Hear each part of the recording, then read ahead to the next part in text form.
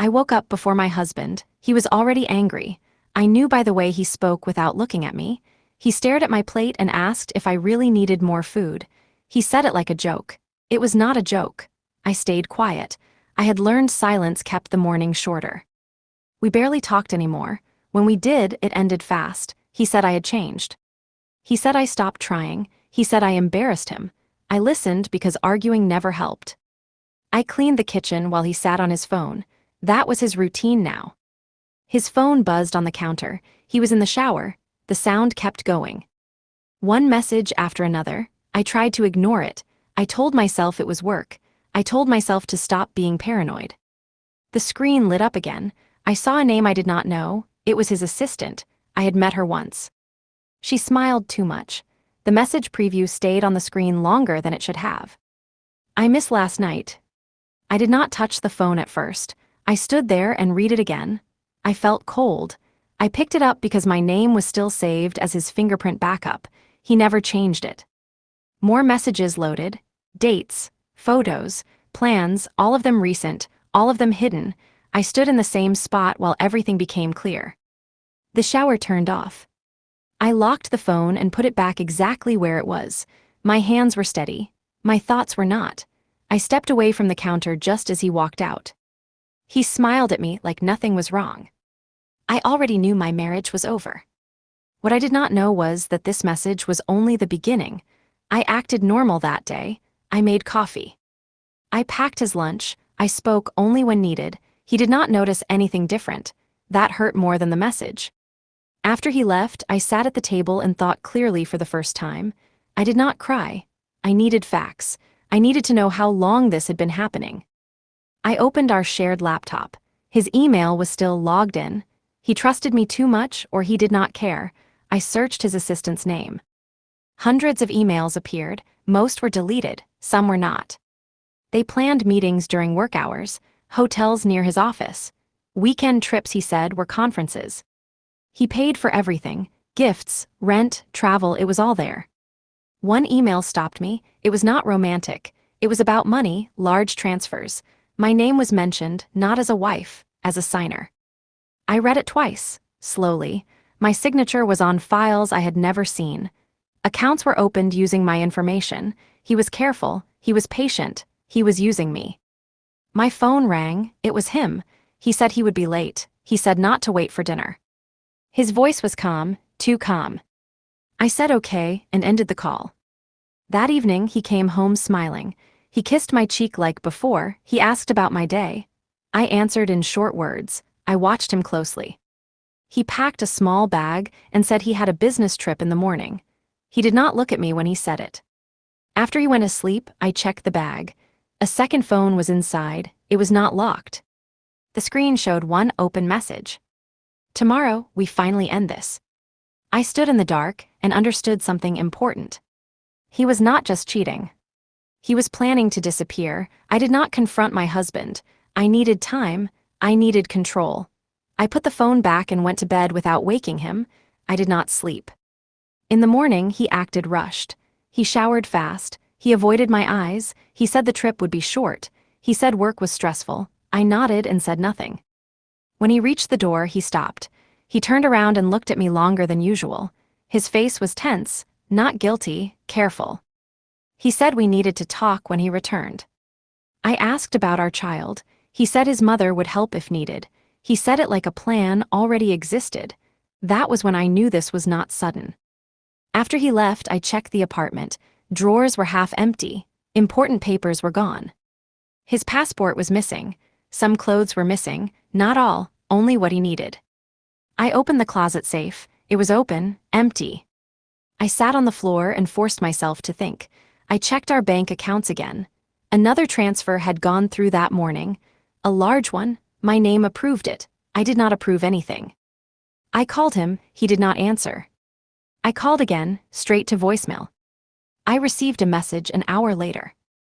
I need space. This marriage is not working. I will contact you through a lawyer. That was it. No explanation, no apology. His mother called next. She said she knew everything. She said this was my fault. She said she would protect her son. The call ended before I could respond. I walked to the window and watched the street. His car was gone. His assistant's car was not. That night, I received an email from an unknown address. It contained one sentence. If you speak to anyone, you will take the fall. I realized then that my husband did not just leave me. He left me behind on purpose. I barely slept. Every sound felt loud. Every message made me tense. By morning, my head was clear. Fear had turned into focus. My mother-in-law arrived without calling. She used her spare key. She always said family did not need permission. This time, it felt like an invasion. She stood in the living room and looked at me slowly.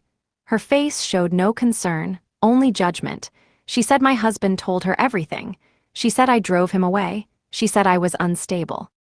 I told her he emptied accounts in my name. I told her he left without warning. She did not react. That scared me more than anger.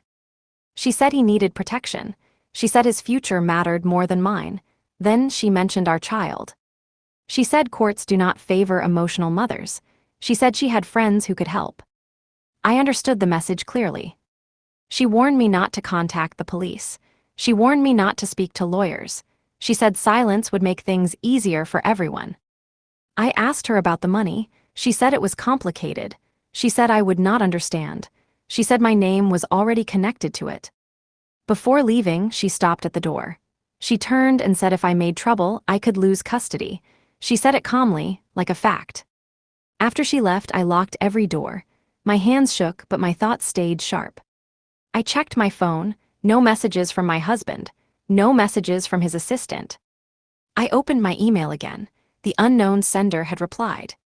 Your mother-in-law is right. Stay quiet. I stared at the screen and felt something settle inside me. They were watching me. And they were working together. I sat at the table with my laptop open. I checked every account linked to my name. Savings, checking, credit lines, business accounts I barely remembered opening. The numbers did not match my memory. Large transfers had been made over months, always late at night, always approved with my digital signature. I had never seen these requests. The money moved between shell accounts, then vanished. I downloaded the statements. I saved copies to a flash drive. I printed everything. I needed proof before it disappeared.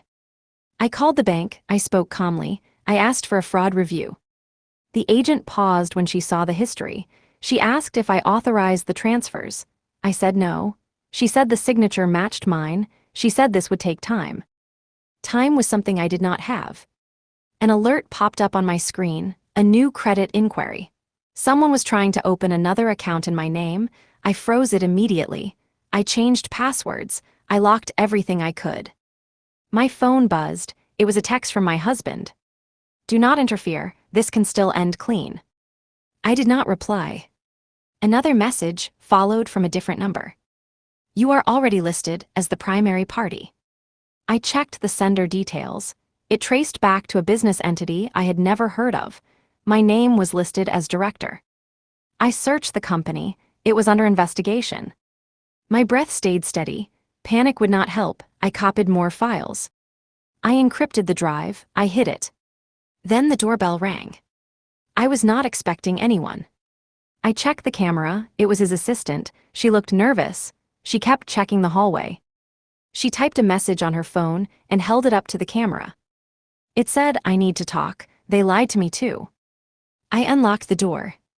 The moment she stepped inside, her phone rang. Her face went pale. She whispered one word. They know. I locked the door behind her. She stood still, breathing fast. I asked her to sit. She refused. She said we did not have much time. She told me my husband was never planning to stay with her. He used her position to move money through company projects. He told her my name made things safer. He said I would never notice.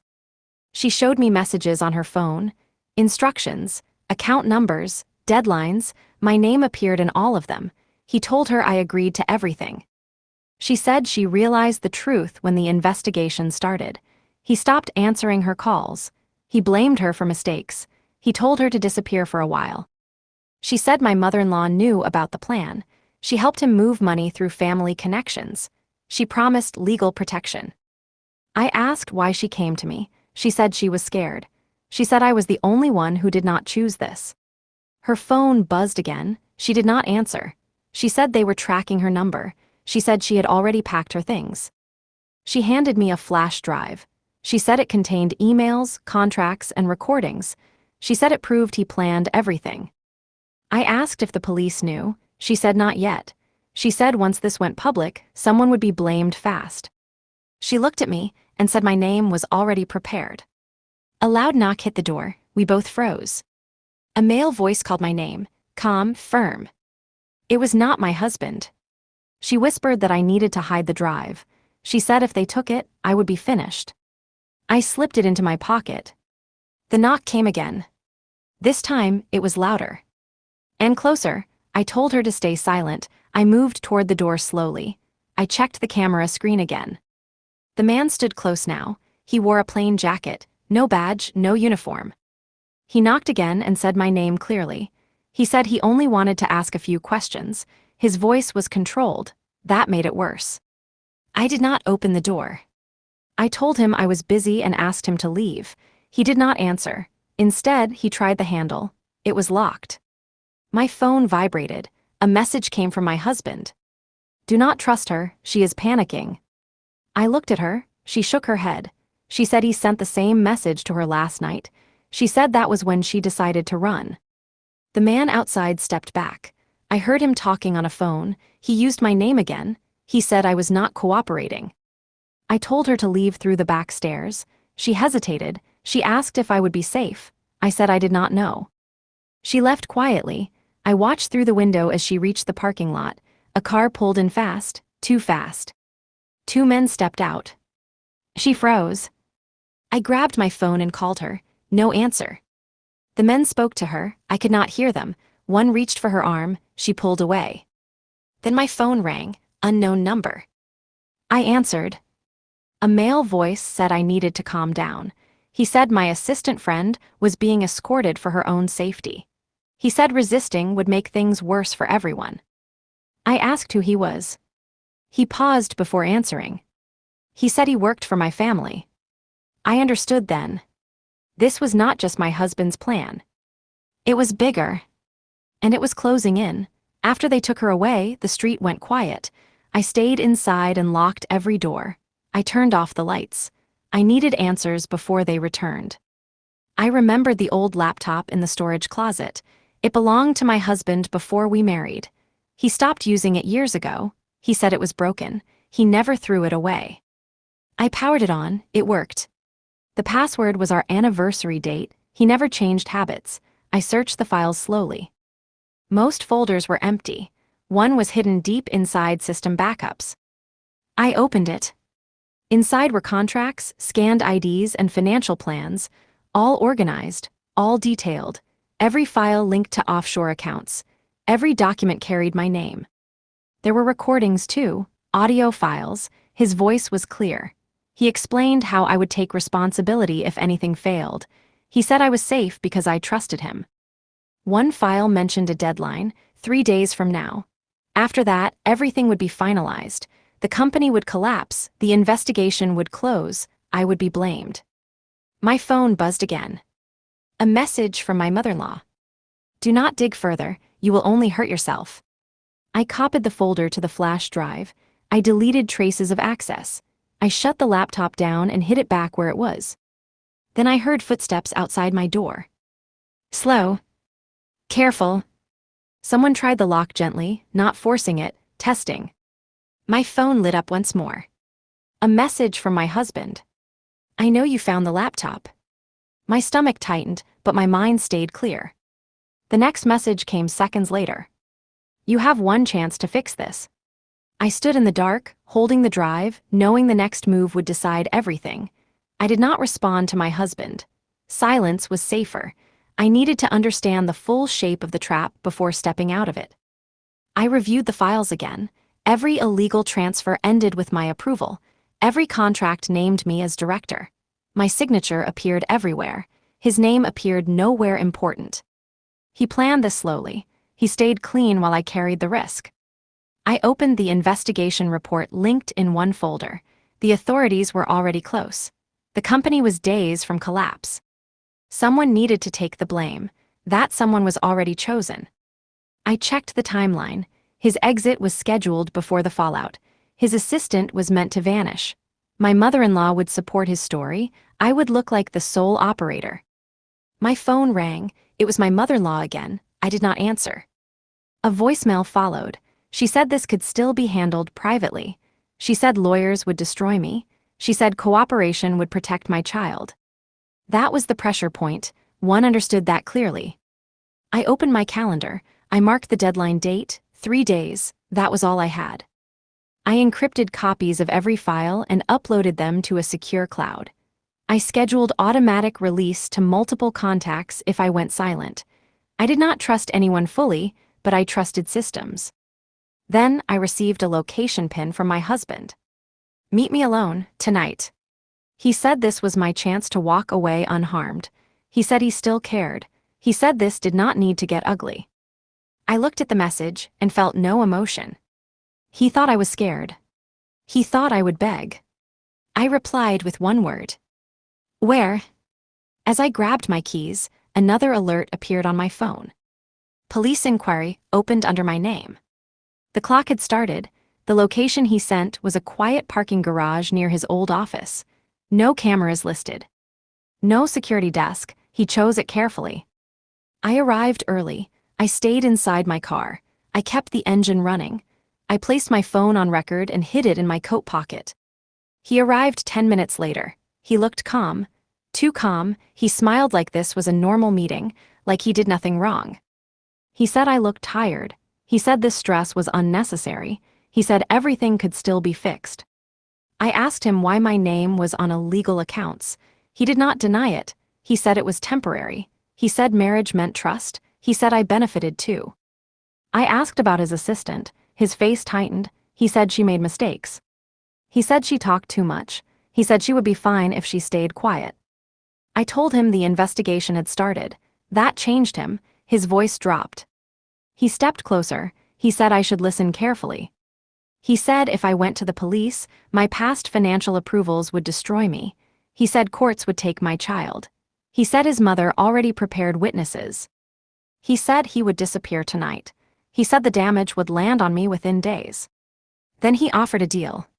He said if I signed one final document, he would move the blame fully onto the assistant. He said my name would be cleared. He said I would never see him again. I asked to see the document. He pulled out a folder. That was when I noticed his hands shaking. He was not fully in control anymore. My phone vibrated inside my pocket. A message appeared on the locked screen. Do not sign anything. I escaped. It was from his assistant. I looked back up at him and realized he had just lost his leverage. I did not tell him what the message said. I kept my face neutral. I told him I needed time to think. He agreed too fast. That confirmed everything. I left the garage and drove straight home. I did not take my usual route. I checked my mirrors the whole way. No one followed. When I entered the apartment, my mother-in-law was already inside.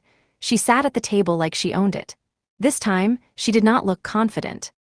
She asked if I met her son. I said yes. She asked what he offered. I said nothing. She stood up and walked closer. Her voice dropped. She said plans had changed. She said things were moving too fast. She said the assistant escaping caused problems. I asked her how long she knew. She did not answer directly. She said she was trying to protect the family. She said sacrifices were sometimes necessary. I told her I had proof. Her face tightened. I told her everything was backed up. Her hands shook slightly. She said she could help me now. She said she had contacts. She said she could make this disappear if I cooperated. She said her son went too far. I asked why she was suddenly worried. She looked at the door before answering. She said authorities contacted one of her associates. She said her name was mentioned. She said she would not go down for him. She offered to testify against her own son if needed. She said she would confirm he controlled everything. She said I needed to stay quiet until she arranged it. I did not agree. I did not refuse. Her phone rang. She answered and went silent. Her face drained of color. She hung up and whispered one sentence. They found the assistant. Then she looked at me and said, if she talks, none of us are safe. I asked my mother-in-law where they found her. She did not answer. She said details did not matter. She said timing mattered.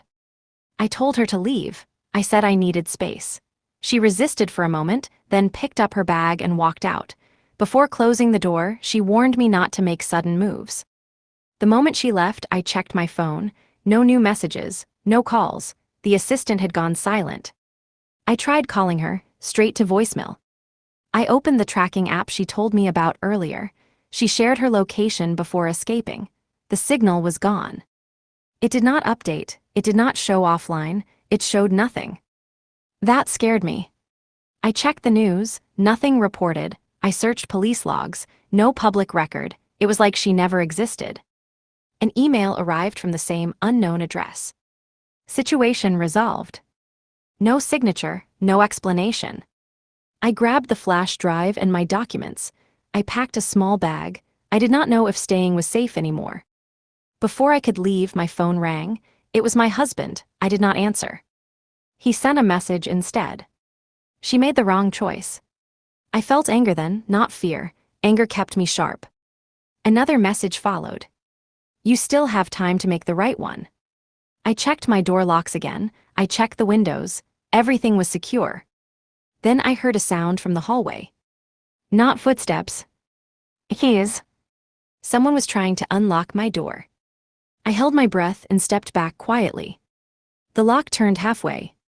Then stopped. A voice spoke through the door. Soft, familiar. It was the assistant's voice. She said my name and asked me to open the door. But something about it was wrong. She sounded rehearsed. And I knew she would never come back like this. I did not open the door. I stepped back and stayed silent. My heart stayed steady. Fear would make mistakes. The voice outside called my name again. It sounded strained now. I moved closer to the door but did not touch it. I asked her to say something only she would know. There was a pause, too long. Then she said my husband's name. That confirmed it. She would never use his name like that. I told her to leave. I said I was calling the police. The voice stopped. Footsteps moved away fast. Minutes passed, then real knocking started. Loud, official. A male voice announced the police. I checked the camera. 2 officers stood outside. Marked uniforms, body cameras on. This time it was real. I opened the door slowly. They asked my name. I confirmed it. They asked me to step outside. I did. They said there were questions about financial crimes linked to a company under investigation. They said my name appeared as the main operator. I told them I needed a lawyer. I did not answer anything else. They exchanged looks. One officer said I was not under arrest yet. He said cooperation would help me. I told them I had evidence. I said I feared for my safety. That changed their tone. They asked about my husband. I said he left suddenly. I said I had proof he planned everything. They asked where he was now. I said I did not know. That was a lie. My phone buzzed in my pocket. I did not look at it. The officer said they would return with a warrant if needed. He said I should not leave town. As they walked away, I checked my phone. One message. From my husband. They came earlier than expected. I looked at the screen and understood one thing clearly. He knew every move before it happened. And he was still one step ahead. I closed the door and locked it. I did not panic. Panic would ruin timing. I checked the message again. He knew about the police before I did. That meant someone was feeding him information, possibly more than one person. I opened my laptop and created a new email account. I routed it through a secure network. I needed him to believe I was breaking. I wrote to him first. I am scared. I cannot handle this alone. Tell me what to do. He replied within minutes. Too fast. He said he knew this would happen. He said he could still protect me. He said I needed to follow instructions exactly.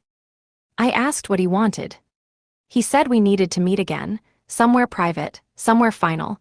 He said he would bring a solution. I agreed, but on my terms. I sent him a location I chose, a public place with cameras nearby, but not obvious. I told him I would bring the documents. That was the bait. While waiting, I prepared backups. I scheduled file releases.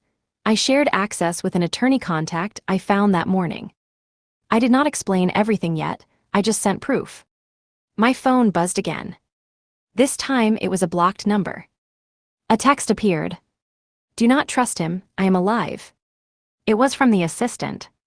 She sent a photo, her face was bruised, her eyes were clear. They forced me to call you, I escaped again. My hands tightened around the phone, but my plan stayed intact. She sent one more message. He is desperate now, that makes him dangerous. I looked at the meeting time on the screen. Less than 2 hours. I grabbed my coat and the flash drive. This time, I was not going to run. This time, I was going to end it. I arrived early again. I chose a cafe near the courthouse. Cameras covered the street. People moved in and out. He would not expect this place. I sat where I could see the entrance. I kept my phone recording inside my bag. The flash drive stayed in my pocket. I watched every face. He arrived alone. No guards, no confidence. His eyes scanned the room before finding me. He sat down fast. He asked if I brought the documents. I said yes. I did not show them. I told him I needed proof first. He leaned forward and lowered his voice. He said the assistant was unstable. He said she fabricated stories. He said my mother supported him fully. I asked why the police came to my door. He said it was pressure. He said investigators wanted a quick name.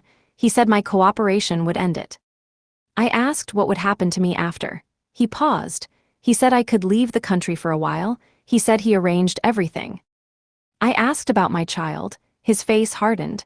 He said custody would be handled later. That answer told me everything. I told him I wanted his confirmation recorded. I said I needed to feel safe. He hesitated, then nodded. He said he moved the money. He said he placed my name on purpose. He said he expected me to stay silent. He said the assistant was a mistake. He said emotions made her dangerous. I asked if he planned to disappear. He said yes. He said tonight. I asked if he planned to leave me behind. He looked at me and said nothing. That silence was louder than any confession. Then his phone buzzed. He checked it and went pale. He whispered one sentence. She contacted the authorities. I stood up calmly and said, so did I. He froze when I said that. His mouth opened, but no words came out. For the first time, he looked unsure. I stayed standing. I did not raise my voice. I told him everything was recorded. I told him copies were already shared. I told him his plan failed. He tried to laugh. It sounded forced. He said I was bluffing. He said I never had the courage. I placed my phone on the table and slid it toward him. I played a short clip. His own voice filled the space. Clear, calm, confessing. People nearby turned their heads. He grabbed the phone and stopped the recording. His hands shook. He told me to delete everything. He said we could still fix this together. I told him it was too late. He leaned closer and lowered his voice. He said if I pushed this, my life would become very difficult. He said his mother still had influence. He said accidents happen. I did not respond. He stood up fast and knocked his chair back. He said he needed air. He said he would call me later. I told him not to bother. As he walked toward the exit, 2 officers stepped inside the cafe. They looked around. One of them made eye contact with me. I sat back down and waited. My phone buzzed with a final message from him. You were never supposed to fight back. I watched as the officers stopped him near the door and asked for his name. He turned and looked at me one last time. This time, there was no control in his eyes. Only fear. The officers took him outside. I stayed seated until they asked me to stand. I gave my statement calmly. I handed over the recordings. I gave them the flash drive. They did not arrest me. They asked me to stay available. I agreed. When I stepped outside, the assistant was waiting across the street. She stood near a bus stop, wearing a hat low over her face. She looked thinner, tired, alive. I crossed the street without speaking. We walked in opposite directions and met behind a parked truck. She handed me a second drive. She said this one mattered more. She told me she escaped because someone inside the group panicked. She said my husband lost control when he realized I was not silent. She said mistakes were made after that. The drive contained bank logs from outside the country, video calls, messages between my husband and his mother, clear instructions, clear intent. She said his mother managed the legal shield. She said witnesses were paid. She said names of officials were listed. She told me the police were not all clean. She said timing was everything. I asked why she trusted me now. She said I was the only one who did not choose greed. She asked what I would do next. I said I would finish it. We split up again. No hugs, no goodbyes, that was safer. I drove straight to my attorney's office. I handed over everything. He went quiet while reviewing the files. He looked at me and said this was no longer just fraud. He said this was organized crime. My phone buzzed once more. A message from my mother-in-law. "You ruined him." I looked at the screen and replied with one line. "You ruined yourself." Outside, sirens passed. And I knew this story was not over yet. I stayed at my attorney's office longer than planned. He made copies. He contacted federal investigators. He told me not to go home. I ignored that advice. I needed to finish this where it started. I returned to the apartment before sunset. I packed only what mattered: documents, clothes. The flash drive stayed on me. My phone rang. It was my mother-in-law. I did not answer. A message followed. "Meet me, we need to talk." I replied with an address: a public park near the courthouse, open space, cameras everywhere. She arrived alone. Her posture was stiff. She did not sit. She said I destroyed her family. She said I should have stayed quiet. I told her the files were already with investigators. I told her her messages were saved. I told her witnesses were coming forward. She said she could still fix things. She said she knew people. She said deals were possible. I told her it was over. She stepped closer and lowered her voice. She said I would regret this. She said she would make sure I lost everything. I raised my phone and showed her the screen. A confirmation email from the authorities. Case accepted. Evidence secured. Her face changed, not anger, fear. She turned and walked away without another word. That night I stayed in a hotel under a different name. I did not sleep much. My phone stayed on silent. In the morning, headlines broke. Arrests, financial crimes, internal investigations. His name was everywhere. So was hers. I watched from the edge of the bed as my old life collapsed in public view. Then my phone buzzed one last time. A message from an unknown number. "You think this ends clean?" I stared at the screen and realized someone else was still watching. I did not reply to the message. I turned my phone off and watched the news instead. The details were clear. My husband was in custody, his accounts were frozen, his movements were tracked. My mother-in-law was questioned the same morning. Her name appeared in leaked reports, not arrested yet, watched closely. I thought that would bring relief. It did not. At noon, my attorney called. His voice was tight. He said someone tried to access my sealed files overnight. He said the attempt came from inside the system. That meant one thing. Someone powerful was still involved. I left the hotel using the back exit. I changed locations. I stayed visible.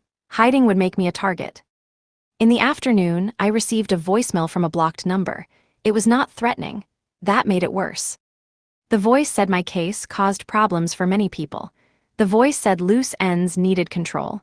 The voice said cooperation could still protect me. I deleted the message. An hour later, another update broke. The assistant officially entered witness protection. That explained the pressure. Someone wanted her silent. I checked my surroundings constantly.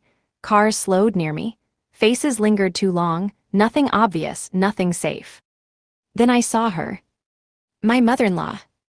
She stood across the street, speaking to a man one did not recognize. She noticed me watching. She did not react. She finished her conversation and walked away. The man stayed. He crossed the street and stopped a few feet from me. He said my name like we were old friends. He said my husband talked too much. He said families were complicated. He said some endings were still negotiable. I asked who he was. He smiled slightly and said he handled cleanup. Then he leaned closer and whispered one sentence. "You still owe us a note." And I understood. This was never just about money. It was about silence. I did not answer the man. I walked away and entered the nearest building. One knew better than to argue. Silence was my shield now. That night, I met with federal investigators again. I told them about the man. I described his face. I shared the message. They did not look surprised. They told me the truth. This case reached higher than my husband. He was useful until he failed. Now others wanted distance. They asked if I had anything left they did not see. I said yes. I gave them one final file. A written note, not emotional, not angry, clear and direct. It explained everything in order. Names, dates, roles, it showed intent. It showed silence was never promised. That note triggered arrests within hours. The man disappeared. My mother-in-law was taken in the same night. No warning, no protection. My husband never contacted me again. Weeks later, the charges against me were cleared publicly. My name was removed from every record. The companies were dissolved. The network broke apart. I moved, new city, new routine, no shared past. One morning, a sealed envelope arrived at my new address. No return name. Inside was a copy of my note. On the back, someone had written a single sentence. You chose the right kind of silence. I burned the paper and watched it turn to ash. I was done carrying other people's crimes. I was done being quiet for their comfort. This story did not end with fear. It ended with truth. And I walked away free. You have reached the end of the text.